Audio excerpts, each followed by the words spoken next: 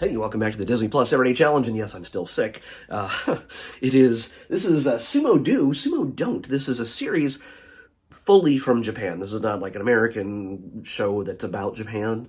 It is fully a Japanese series. It's actually a sequel to a 1992 series of the same name. This is from 2022, so 30 years later. Is sort of continuing the story, but in I assume, a very different way. This focuses on a young man named Ryota. He is a college student in his senior year, and he is not doing great. He spends a lot of his time playing games online. His grades are suffering, and he gets a job though, suddenly out of nowhere. And he realizes that if he doesn't graduate, he's not going to get that job. It's the kind of thing that's contingent. It's a pretty good job, from what I understand. Excuse me. I only watched the first episode, by the way. It's about 56 minutes long or so. Each of these are a little bit shorter after this. This is very much, the first episode is very much about establishing the characters and the storyline and everything else. And getting Ryota into this world of sumo wrestling. Now, I don't know anything about sumo wrestling, and Ryota knows that much more than I do. And I love Japanese culture. I'm dying to go to Tokyo one of these days. I even chose the green color to represent the JR line, the train line. Whenever you see green of this color, well, guess what? You're near the train station. It'll take you around Tokyo and all different areas, the Yamanote line and things like that. So I know not enough, but I know a lot about Japanese culture, Tokyo, and things like that. I am just dying to visit and learn more. So this was interesting to me, but I really don't have any interest in sports dramas, comedies like this. It is comedic. It is a drama, but it is it's fully subtitled. Well, in fact, it's not subtitled until you turn them on. By default, there is no dub. And you need to go into if you don't speak Japanese, you need to go into the settings and then choose whatever language you speak. Presumably for English, you would choose closed captioning for English, and keep a close eye on what they're saying, because if you don't, well, then guess what? Then you might lose the thread, lose the story. But it's pretty simple. It's pretty straightforward. Excuse me. Gotta take my medicine. So in this case, the Sumo Do, Sumo Don't. In order, Ryota gets an offer. Yeah, he gets an offer from, I guess, the principal of the school or one of the high-level sensei teachers at the school. That says, you know what, you're not going to graduate, but you know what, I'll make a deal with you. If you join our sumo club, I'll give you a pass. And make sure you graduate. You just have to be in one competition. And he's like, okay, fine, I'll do it, but he's not going to like it. So he shows up. He has a very enthusiastic leader of the sumo club. Is also a young. Well, by the way, the principal is a young woman. At first he mistakes the principal as being the man in the room. Well, no, it's a woman. He gets to the training place. He finds that the person in charge, is also a woman. And guess what? The only member of the sumo club currently is a young woman. Honoka. Honoka? Yes, Honoka. And she is not a pleasant person. And when you first get to meet her, she's hardcore sumo. She is very much about this, and he's just like, what do you mean, women? Sumo? Since when is this? And teacher's like, you know what, you're a little bit behind the times, but yes, women can do sumo.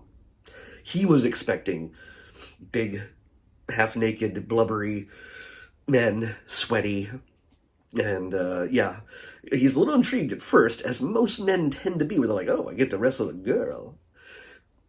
That quickly gets knocked out of him. Even so, I mean, every single thing they throw at him, he's pretty much like, this is, excuse me, this is not for me. So he's ready to quit at almost every scene, but he keeps going back when he finds other challenges that say, look, you're not going to graduate. You're not going to get the dream job. You're not going to do the things you want to do in life unless you buckle down and just do this one thing. And he sees the passion, or at least the consternation of Hanoka, and how she is dead serious about doing this. And she does not even want him to join. She's like, no, right off the bat, no, I don't want him. It's not that she doesn't like him. He called Masawe, I'm not sure if I'm pronouncing that right, the diaper, sorry, what he calls it a loincloth, and she immediately goes, no, when you call it a loincloth, you get out of here, you get yourself beat for even calling it that. And he's, sorry, okay, I don't want to be here anyway, so, but he keeps getting teased at every moment, or at least the teacher is relentless in getting him to stick around. And eventually he shows up another day and he finds that it's not just Hanoka, but, and yes, I'm telling you pretty much the premise of the entire first episode, just to give you an idea of what's going on here. Excuse me. No edits. I know I could edit this. I could edit out all the coughs, but I don't. It's easier that way. Anyway, he comes back and he does find the room, the training room, full of mostly naked, sweaty men, and he is put up against each of them as an even higher ranking person who oversees the school and the sports teams and things like that watches. And he is pushed into fighting these men, and they severely kick his butt. It's to be expected. He does not know how to do it. He can barely lift his leg. Like, I can't do it either. But Hanoka, she's a master. She knows how to do this thing. And she's not a big woman. She's very petite. But she is, she knows what she's doing. And so time after time, he gets challenged, and she's ready to, she puts down an ultimatum eventually and says, look, go 10 rounds with me. If you win once, I'll let you in. Yeah. Let's just say things get a little tense from there on. But at the same time, the good thing about this is that Hanoka kind of needs Ryota. How am I saying his name right? Dang it. Ryota. She kind of needs him because he is outgoing. He knows his way around. She is kind of a recluse. She's all about sumo. She doesn't seem to have any friends. She doesn't smile, and she doesn't know how to relate to anybody. But she makes the effort to go out and promote the sumo club by handing out flyers to anybody who passes by on campus. She's a freshman, by the way. This is her first year on campus. Ryota is about to leave. He's not even going to be around for much longer. So she's like, what's the point of having this guy in here if he's not going to be dedicated to this? He can drop out at any time and still get what he wants. And so he teaches her a little bit. He helps her out in distributing things. But he also finds out that there's a sports gathering group or people who kind of recruit others at a party and try to see if they're interested in joining their different sports teams. The karate team or the cheerleading squad, or and just anything that you might want to do as part of the sports teams in the college there. And eventually it all comes down to a final scene where each of the sports are supposed to put on a demonstration and make their last pitch to anybody who might want to join their clubs. And Hanoka is pretty much on her own still. She is on that stage by herself. And she can't fight anybody. There's nobody else. And she's shy. She's not used to being around other people.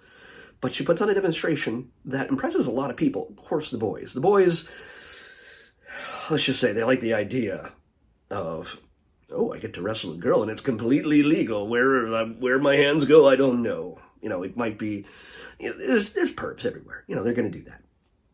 So, by the way, one of the things that Ryota has to deal with most of the time, and he gets crap for is the fact that he's really shy about, the Masawi. I know I'm saying that wrong, probably. The loincloth.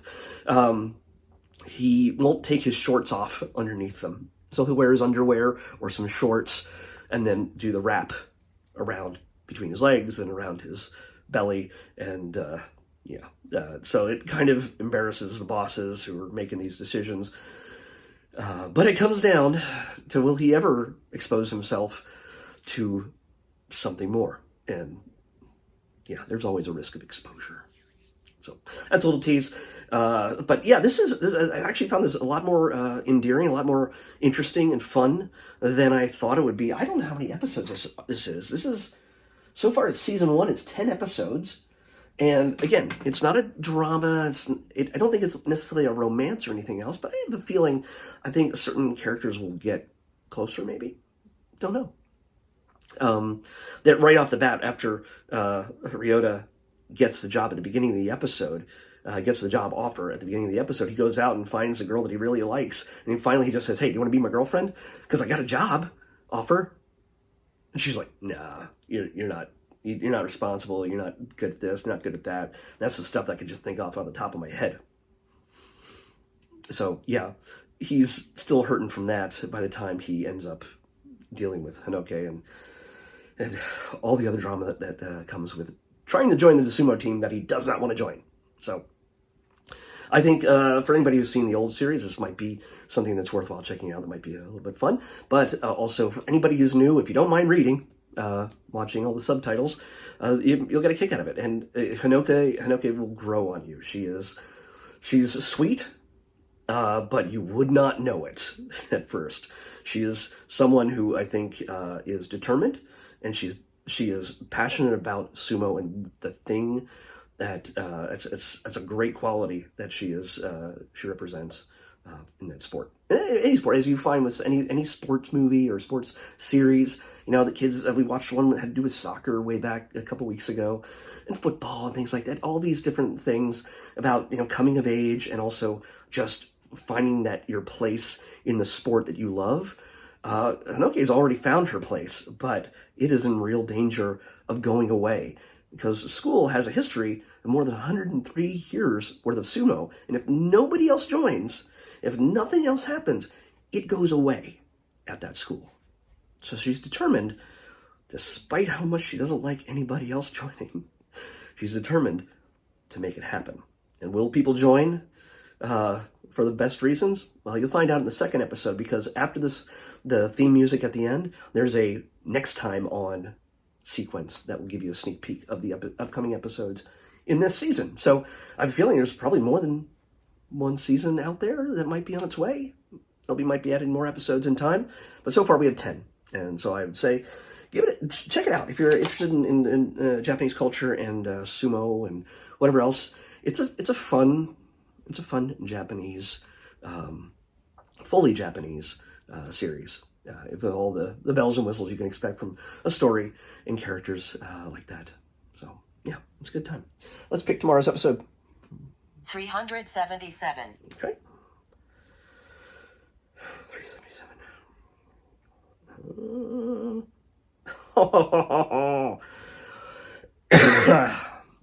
Okay. We're in the thes, where all the alphabetically, everything's listed in this list alphabetically, and there's a bunch of shows that start with the word the.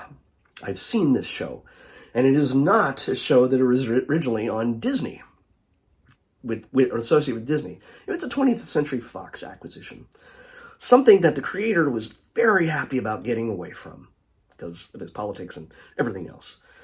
This is a story of a starship crew in the distant future, voyaging, exploring, doing things that are enterprising.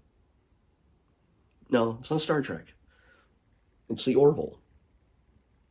So yeah, I've already seen this, but I'm gonna rewatch the first episode and see how well it's aged. They have four seasons now, total of the Orville, and it ended, and then COVID happened, and then it ended. I don't know. I can't remember if it sort of came back in the middle of COVID, because they had already started making it, I guess, Doesn't matter. We'll talk about it tomorrow. The Orville is what we're watching next on the Disney Plus Everyday Challenge. I'll see you back here tomorrow with that.